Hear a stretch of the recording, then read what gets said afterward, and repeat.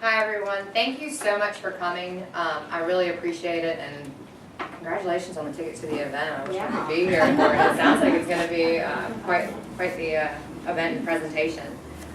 Just a little bit about me. I am from our Charlotte corporate office. I work for the American City Business Journals. We actually run the 40 local business journals across the U.S. and now 43 websites across the U.S. as well. We do not currently have publications in New York and Chicago or LA, but launched websites in New York, Chicago, and LA, which just kind of speaks to the testament of what Doug was talking about, that we're constantly changing and trying to give you the best experience and provide the best local business news for you. A quote that we have on the wall where my team works is that core values are timeless and should never change, but operating practices should never stop changing. We still operate in the same experience of trying to get you the best business news that we possibly can. It's just the ways that you might receive that news has somewhat changed. So where you had to wait until Friday to get news about, let's say, the Cassidy Turley CEO, we're now able to bring that to you on a Tuesday, and you can read more about that. In a way, we're kind of, or we have started competing with the daily newspaper. So where they would be the ones to break stories every morning, we're now sending you a newsletter that you get in your inbox. If you get our morning call every day at 7:30, that's going to have the top stories that pertain to you as a Washington business person.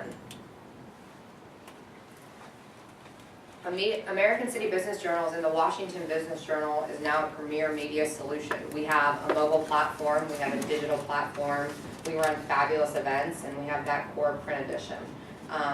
I'm going to separate out iPad from mobile and say that we also have a tablet as well, because I think that to talk to what challenges I see in the next year as someone that works in digital marketing is how to separate an iPhone and that type of device from mobile from the actual tablet, and how publishers are going to address those challenges, because currently right now we don't group those in the same category, that being can't make a call from my iPad, so it's not a mobile device. But it is something that you carry and you get a lot of business news on.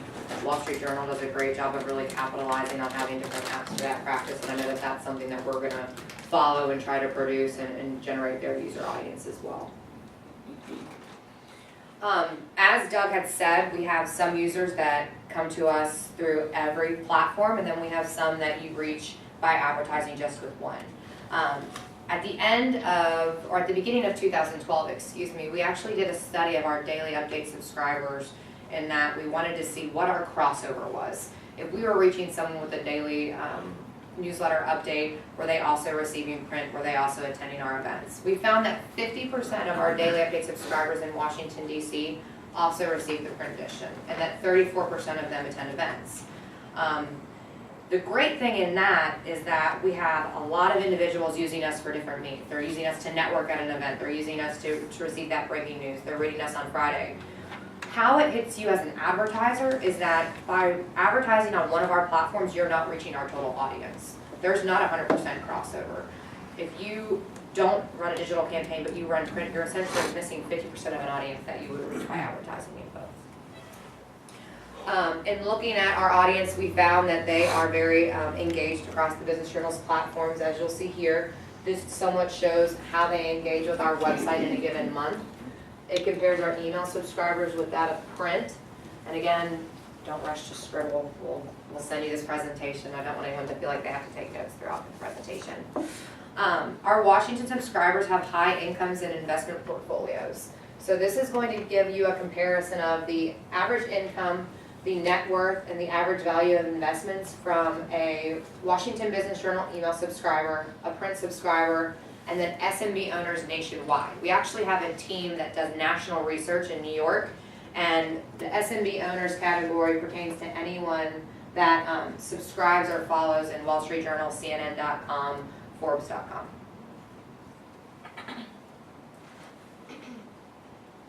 A little bit about traffic. When I started with the company three and a half years ago, we were really excited if one of our papers generated around 400 to 500,000 page views in a month. We were rolling, we had so many people coming to look at our pages. Now it gets to the point where you're a successful Business Journal website if you're generating over 1 million page views in a given 30-day period. And Washington has done a significant job of doing that we're reaching over 348,000 unique users in a given 30-day period as well. It's a true testament to what the editorial team is doing here and pushing out those stories and using social media, and also the fact that all of our websites are run out of Charlotte. The SEO that we have for our publications is significant. So I would say around 30-35% of our traffic comes from search engines and people Googling or searching on Yahoo for companies in the Washington Business Journal area, and our reporters are so well respected that we're going to follow in the top 2 or 3 posts on that given search engine. Newsletter subscriptions. You'll see here that we have 4 and the subscribers listed for each of those. The core being the daily update and the first newsletter product that we launched with across our 40 markets. That's going to be that breaking news that you get around 3 p.m. on a given day that's written solely by our audience. And then you move into the morning call, which is going to be an aggregate, and we'll talk more about this later in the presentation, and FedBiz and Breaking Ground, which are niche newsletters that focus strictly on a certain industry content. So I want to talk a little bit about digital strategy just before we get into our products. I know that as I stand up here and I say that you should be integrated and you should be in all platforms, everyone's question is, all right, well, I know that I can show ROI from a digital campaign, but what's the best way for me to show ROI from my digital campaign? Everyone's talking about this click-through rate. If I don't have a click-through rate of 0.05%, then my campaign's not successful, and everything on the back end. But what you really want to do is look at what you're trying to achieve with your digital campaign. What is the goal? Are you trying to gain more viewers to your actual website? Are you trying to generate leads for your accountants that you're marketing for? Are you trying to get individuals to download white pages from your lawyers? And are you trying to grow the overall presence? And does your creative help or hinder that? You want to make sure that it's not too wordy. You only have a user's attention when they download a screen for a certain amount of time. Make sure your logo's in that first frame of your creative. I had to call a client a while ago because their logo actually wasn't anywhere in their creative that they were running on their website. So I mean, the message was great, and someone knew that they were going to get a free trial of something. They just weren't exactly sure what that free trial was for and what they were going to get if they actually clicked on the ad. Tracking your site's traffic. Google Analytics is your best friend in the fact that a lot of the services that they offer are free, and they can tell you so much about what you're getting to your actual website. They can tell you where this traffic is coming from. They can tell you what a user is doing when they actually get to your website, how long they're staying on your website. And this is something that you should always look at before you start a digital campaign and after, because just because you're trying to reach a healthcare audience and a CEO of a hospital sees your ad, he might not necessarily need your service at that given point in time, but later down the road when you might need a lawyer or someone to handle certain financial services situations, they'll Google your company. They'll go to your website when they have more time to view. It's not necessarily one of those B2C marketplaces that we're working in right now. So just knowing that if your traffic grows to your website on the back end, you are having a successful campaign. And then also, what's your conversion rate? What is one click worth to you? What is one lead generated worth to you? If you're running a $4,500 campaign and you're getting 200,000 run of site impressions, if 5 people click on your ad and 1 person turns into a lead, does that generate more than $4,500 worth of revenue for your company? If so, you've run a profitable campaign. So just making sure that you take all of those things into consideration. And our team here at the Washington Business Journal is fantastic in working with you and trying to pick one of the products that we're going to talk about today to really reach your marketing initiative. Because as much as Social Madness is a huge deal right now with our company and how great I think that sponsorship is, if it doesn't fit your marketing initiative, it's not the product that you should be in, and it's not going to give you the best results for your money.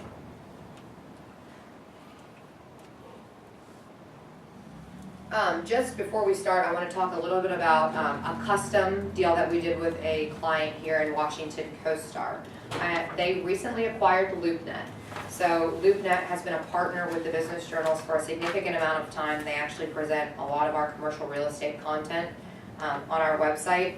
In knowing that we had such a strong partnership with LoopNet and a lot of our clients were very well versed with that brand, CoStar wanted to target those individuals interested in commercial real estate with their ads so that people that new LoopNet would start associating that with CoStar before they relaunched a whole rebranding campaign at the beginning of 2013. Sandy and I spoke with an individual from CoStar, got their marketing strategy. We actually added a tagging pixel into their creative to make sure that we could target people that had been to commercial real estate stories or had actually been to the LoopNet website, and we served them CoStar ads. And we served them over 2 million impressions, and they generated hundreds of clicks on their ads, and I think that they generated some new leads, so it was a successful campaign. And we're able to go to that individual that we met with and tell them that we served them these impressions, and we generated this result for them, and we're moving into a campaign in 2013. So know that based upon your strategy, if one of these products doesn't exactly achieve what you're trying to do, or you have a specialty product that you're wanting to launch, or you have a video that you do a Q&A with a client, we have advertorial special sections that we'll put up on our website that you can sponsor. Run of site advertising. This is the core of our business. So you're reaching our entire audience, anyone that's coming through a newsletter, anyone that's coming through a search engine, and anyone that has us saved on their browser as a home page. We do run of site impressions in a 30-day period with a certain amount of impressions given to that package, and it's going to give you a different share of voice within our content. It is probably the largest selling product that we have across our 40 business journals right now, just because if you have the chance to reach a total of over 348,000 unique users in a given month, you want to do that, and you want to expand your brand as much as possible. Run-of-site advertising is going to be packaged with any website sponsorship opportunity that we offer, because as we go through this presentation, you'll see that we have products that you can have 100% share of voice of certain sections that are going to be more niche advertising, but again, we don't want you to miss our total audience and not have this run-of-site platforming included as well. Missouri Partnership Economic Development out of St. Louis is one of our largest print advertisers locally. 2 years ago, we met with the agency that handles Missouri Partnership, and they wanted to extend their messaging. They understand that print is, always going to be important, but they felt that they were missing a brand of our audience, which they were by not running a print campaign, a digital campaign, excuse me. So we actually pitched them a smaller share of voice package last year in 5 of our markets. They saw great success with this campaign, and actually this year rolled it out to 6 markets and are running the largest share of voice package that we offer in those 6 markets. Their creative is very simple but to the point. I don't know if anyone can see it, but it says, could your business use a 4-leaf clover? Look here. And it has Missouri. It has a great call to action. When you go to that link, you actually see different businesses that have profited from moving their business platform to Missouri area. They're running in large markets. So you have Atlanta, you have Baltimore, Boston, everyone where they see that they're getting the best response from businesses possibly moving to the area. The daily email update. I spoke to this. Has anyone in here not received the daily email update? Sign you guys up. This is going to be sent every day at 3:15, and it's going to be the top stories that have been produced by the Washington Business Journal editorial team that day. So anything that's generated a high page view or any breaking news that we've received through the day after we sent out that morning call email. The advertising opportunities in this product are done on a weekly basis. So if you have a time-sensitive campaign, you have an event, or you have a seminar that you're trying to generate additional members to come to, this is a great way to do that. We've seen a lot of success with education clients that have run this. We have the Cincinnati Chamber. This is one of their favorite products to generate individuals to come to their events. We recently redesigned the newsletter to include these text and logo placements here that are actually embedded in the editorial content. The reason we did this is because with a lot of accounting clients and banks that have ad blocker systems, none of these images are going to show through, but the text is actually hard-coded into the newsletter. So you send in 160 characters of text that include your URL and an explanation of a new product that you're launching, an event that you're talking about, a special deal that you're running as a communications client, and the user can still read that message and they can still click on that URL. So it's a great way to reach those business service clients that might not have ad impressions that deliver in their news box. The other two placements that you'll see is this banner ad at the top of the page. We have the skybox that runs directly adjacent to the main content, and this island placement. Something that I want to point out for later in the conversation is this business pulse survey question, just because we'll talk about that when we speak about the product. The morning call, which has been sponsored by Watkins Megan for a significant amount of time since it launched now, is going to be somewhat different in the daily update, that it's an aggregate of multiple news sources. So knowing that business professionals in our local markets are very much so on the move and they don't necessarily have time to check multiple news sources every morning, what we're going to do is someone from the editorial team here is going to come and search Wall Street Journal. They're going to look on all of your daily publications, your local news stations, and anything that's pertinent to you as a business individual. They're going to summarize that and send you all of those headlines in this morning newsletter. So you could click on one of these headlines and it would actually go to a summary of the article, but then you could go to the Wall Street Journal page and read the actual full story. We're going to give you the summary of it to give you exactly what you need. As Doug talked about, a lot of times on the digital platform, you want to know what you need to know, but not everything that you could possibly learn about a given product or a given company. This is the best way to do that. The sponsorship opportunity that you see is sponsored by, top sponsor at the top of this page. Watkins Megan receives a logo placement and this top banner ad on every email that's sent out. Also, if an individual clicks on one of these headlines and goes to the actual landing page on the website, their logo carries through.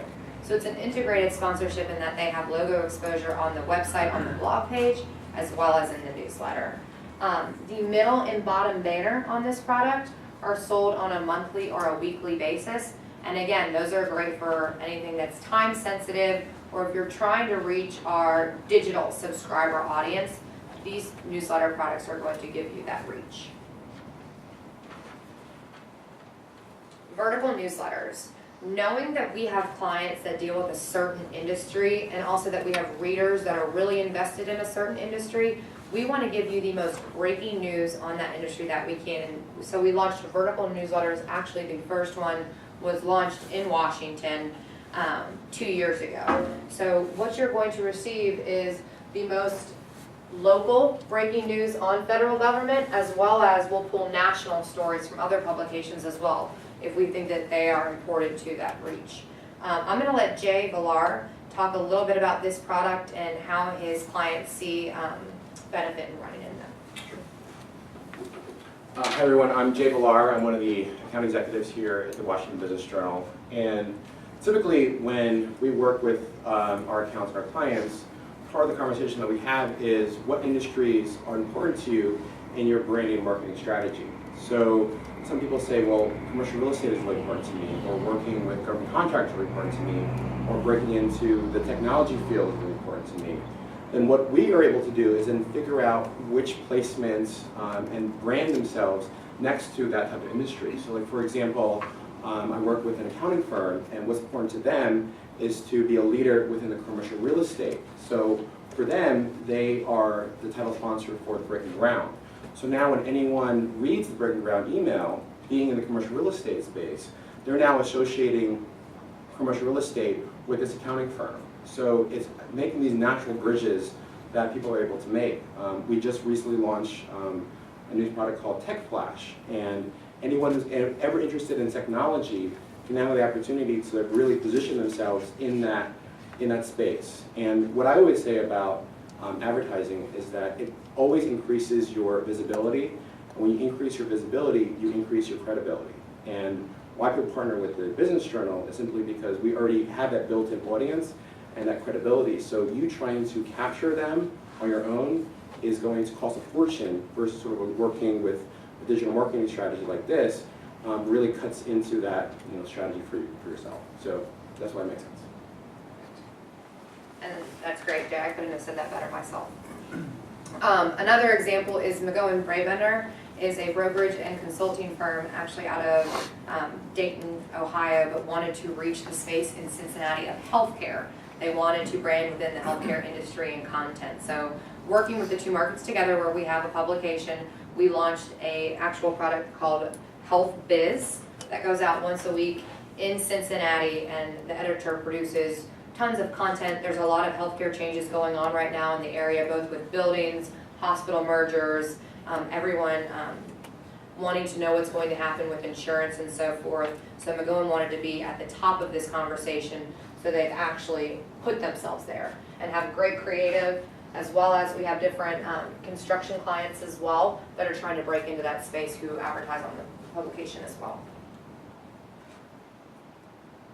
Now we're getting somewhat more into our specialty products that we offer on our website. Yes? Do you have more of those health biz across the United States, or is that the only one? That's currently the only one. I believe that we're also launching one in Atlanta.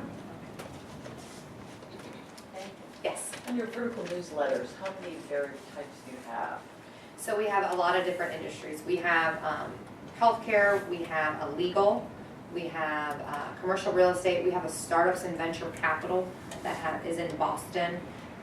We have an energy that launched in Pittsburgh and Columbus just because of a lot of the Marcellus shale changes that are occurring right now. Anywhere where there's a certain industry that's really taking off and taking the business community by storm, a lot of our journals are launching a vertical newsletter. But another thing to look at is if they're doing a significant blog about that type of content in one of our papers as well, because a lot of our journals will offer blog sponsorships where you can have presence on the website around that content. Great question. Does anybody else have any questions right now? Perfect. The business pulse. This is going to be a question that our editorial team in our local markets is going to choose on a weekly basis. And it's going to be something that is pertinent to the business community. It can either be really serious or it can be really fun. So I believe in Boston, this week's question was about how angry everyone was about them losing in the AFC Championship game. Which is really, you'd be shocked, very pertinent to business community in Boston is how the Patriots perform. And then in other markets, I know that a lot of like the gun control is big right now in the Denver area, so that was a question that was on their business pulse a couple of weeks ago. It allows a user to come in and vote on a question and then see how the other people in their business community feel about that question. Also, they can comment using any of their social media, and we count those votes, and we actually publish the results from this question in the journal every Friday. As a sponsor, you receive logo placement anywhere that we promote this question. So where I showed you that daily email update where the business pulse question was, your logo would be in the newsletter product. On the home page where we have the question, you get logo exposure, as well as you receive 100% share of voice around that question on the actual voting landing page. As we spoke about a little bit earlier, run of sight's also included in this package just because you have 100% share of voice of that page. You don't want to miss our core audience that comes through a newsletter or a search engine. This is great for any client that's looking for extreme branding. We have a lot of accounting clients and law firms that love this product because they get presence in multiple places, as well as a lot of car dealers, because on this page they can actually advertise for 4 different models of their car that they would be trying to sell at that given point. People on the Move. Is anyone not familiar with People and Awards that's run in the Washington Business Journal print edition? Great. Last year we looked at People on the Move in our print editions in the 40 markets and found that it was the second most interactive portion of our paper. Then we looked at our 40 websites and found that it didn't generate in the top 20 of our site traffic. So obviously there was a disconnect there, especially because our audiences mirror each other so closely. So we redesigned this section of the site in that now anyone in an HR can submit someone from their company to actually automatically be updated and listed on our website. This module that you see here is now located on every page view of the local Business Journal website, as well as it lives in the daily email update as well. Anywhere that we have that module operating very similar to the Business Pulse sponsorship, you receive logo exposure. We've had some markets that actually did an integrated package where your logo carried over through to the print edition where those People and Awards were. Again, you're going to receive 100% share of voice of those pages and run of site ads. As you'll see here, and this is actually the example that we're going to talk about on the next slide, Burr & Forman is a law firm that's actually based out of Birmingham, and their agency works out of Atlanta. They have 5 major headquarters where they do a lot of business. They wanted to have high branding and a high visibility about all of the movers and shakers in those 5 markets, and they saw this as the best way to do that. Anyone that's been promoted, anyone that recently moved to the area, they have a brand awareness around that individual.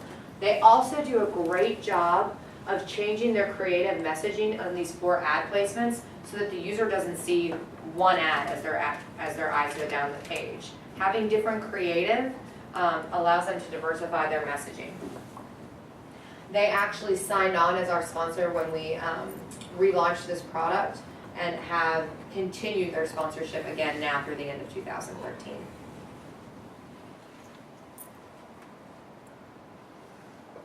The homepage pushdown. This is an ad that's going to automatically expand when you come to our homepage. Knowing that we do have these CFOs and CEOs coming to our website, we actually cap this automatic expand at 1 time every 7 days. So that message is going to render on a Monday, but on a Tuesday when I come back to the website, I'm going to see this leave behind ad. Then I can actually expand if I choose to, but it has to be user initiated.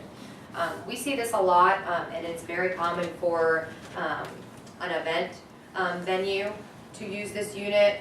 A lot of concert areas, when they launch, like in season, will put their calendar in this unit. Any company that has an anniversary, or if you're launching a merger, this is a great way to rebrand. And we also package it with the highest level run of site impressions that we have, so that you have a significant share of voice around all of our content. The great thing is that if you want to focus on your anniversary or your merger in this larger ad, you have 4 other ad units that you can focus on different business initiatives in one campaign that you can really market. Because we allow you to run 4 to 5 different pieces of creative in a run a site campaign, which all can have different URLs, and we'll provide you with that report that's going to show you how many impressions delivered, how many individuals clicked on your ad, so that we can optimize as your campaign continues. Special sections. Knowing that we do have a very agnostic platform, we knew that certain coverage of an event would carry over great to the digital platform, and also focus sections that our editorial team does in print would be very beneficial to our online audience as well. So we've created these special sections where you can actually sponsor content from an event or from the print paper and make it live for our digital audience. If not, it lives behind that premium content wall for 6 weeks until our regular online user can get access to this. Caroline Roundtree does a great job with her clients and getting them around the type of industry content and really using these special sections effectively. So I'm going to let her kind of speak to the benefit that she sees for her clients in these sections. Sure, and actually the Washington Gas client is here. But I would say that for my clients who are trying to establish themselves as a leader in a particular industry, it makes sense to be associated with the content and own that space. So when somebody Googles into an article that we've written, for example, and comes into it and may not even be receiving one of our emails, which I would hope they would sign up for immediately after getting to our website, but when they come in and they get to that article, basically the sponsor will have all of the ad space roadblocked off. So the sponsor owns all of the ad space. They're not competing with anybody else for that recognition. The other benefit is they're going to get some broader coverage because as part of the package that they're getting with this special section sponsorship, they're also getting some coverage run of site. So they'll be on other pages within the website as well. So it's a win-win. You're going to get all of the coverage around the content that you're trying to establish yourself as a leader in. And you're also going to get some run of site advertising with it as well. Does anybody have any questions? This is also where we get into producing advertorial content, where let's say if you have a series of videos from a law firm that wants small litigation, we can house these in a special section on our website. Or if you want to do, we had a hospital that did a Q&A with their CEO about the healthcare reform and his thoughts on that and how it was going to affect the hospital and their practices. So this would be where we would host that type of advertising produced content. Mobile. Doug did a fantastic job of talking about all of the updates and the benefits of launching this new mobile. The great thing is that when we first launched the mobile app a couple of years ago, we actually had a third party, so we didn't have any control of optimizing for our audience and making it the best that it possibly could be. Now we have this in-house so that we can constantly, week by week, update it and see how the user interacts with our interface and make it as beneficial as possible. Also, knowing that a lot of our clients and a lot of our readers do business in multiple cities, having all of those cities in one application, they don't have to download numerous apps to get to that business news. They can actually switch from city to city in one application. As we develop, it's going to become more fluent and more beneficial. The sponsorship opportunity is really the best part. The mobile is our largest growing platform at this point in time. That being said, our sponsorship allows 2 different companies to advertise on it in a 30-day period, and you receive 50% share voice of the ads. You don't have to share a page view with the other client. You're the only ad on that page on your page view, but you'll share the number of impressions that you're going to receive in a given month. This has been great for banks that have launched mobile banking capabilities, that they're able to tie the 2 platforms together. A lot of professional sports teams, event venues, anyone that's driving registration, because they can take them to a landing page where they can fill that out using their mobile device, held in hand. We've had an architect that's been the sponsor in St. Louis for the past 3 years since we actually launched the product, and I think a big reason is because when we first started, he launched with 30,000 page views, and now he's up to over 250,000 page views. So he definitely sees the platform growing and wants to be at the forefront of that exposure. Does anyone have any questions about our mobile device? I know that Doug somewhat touched on it.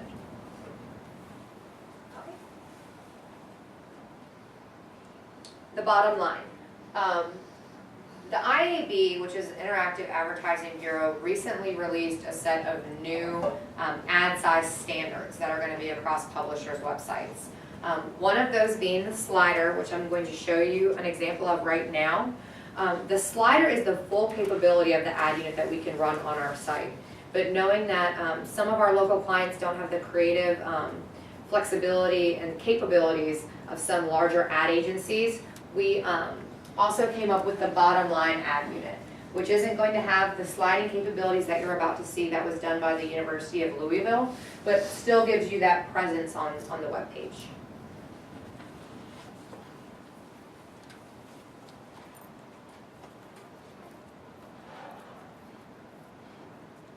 So is anyone in here a football fan? Perfect. Did anyone watch Louisville destroy Florida in the bowl game? Which was crazy, and nobody expected to see that from an SEC team. Well, also, during that time of that game, Louisville ran a fantastic television ad in which they surveyed the campus and larger buildings that they recently added.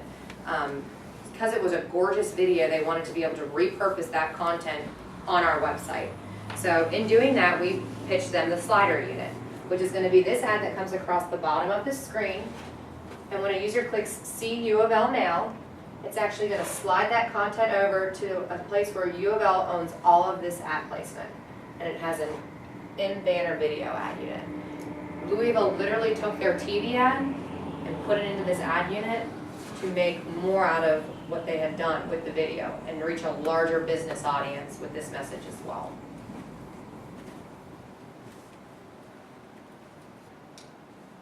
There's sound included, I muted it for the purpose of this. When the user clicks close to slide, it comes back to this main screen. As the user scrolls down the page, this ad stays static. It's a constant above the fold placement.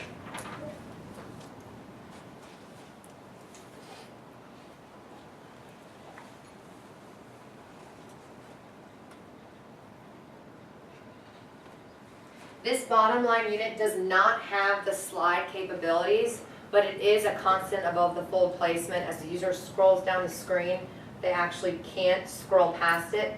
If they choose close, it actually does something that the slider unit doesn't do, and it goes to this leave behind ad unit. So if one of your impressions is used on a page, the user can't click and completely remove your ad. It stays on that page until they go to another page view. Does anyone have any questions about this unit?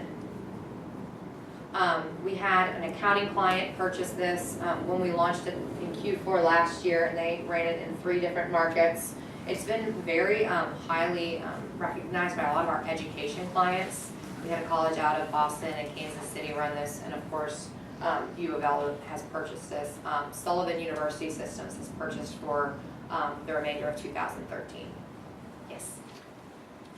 On the last one, the Louisville one, would that transfer that same type of ad to your mobile? This would not run on a mobile device, It would only run on, the website. okay. And it's not going to appear on a homepage, it's just going to appear on any article or blog pages, just because we don't want a homepage push down to run and then this ad to come across. So we've made sure that we're going to reach only on article and blog pages, as well as we're only serving 1 to each unique user on a daily basis. So we're not going to serve your ad over and over again to someone that's viewing multiple pages on a website.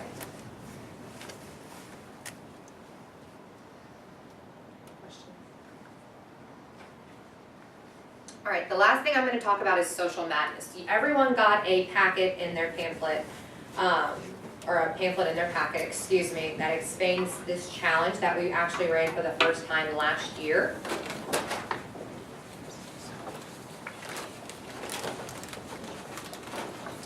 A couple of years ago, some of our local websites ran a brand against brand competition using their Business Pulse survey question, in which users could come vote for the best known brand in that local market.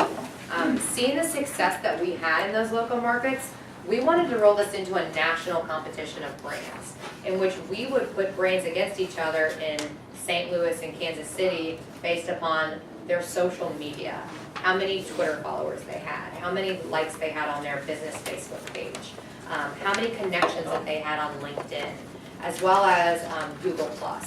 I'm going to let Roger talk to this somewhat because he does handle a lot of the social media for the Washington Business Journal and can talk a little bit about the local engagement that Social Madness had last year.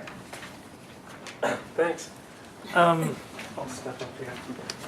So, hi, I'm Roger. With Social Madness, it's really just an open competition where you can submit your company and compete against local companies at first and then go off to the national tournament, basically. What we, for lack of a better term. Yeah. It's the best part about this and what we heard about, we obviously had overwhelming success the first year we did this. The reaction I got from a lot of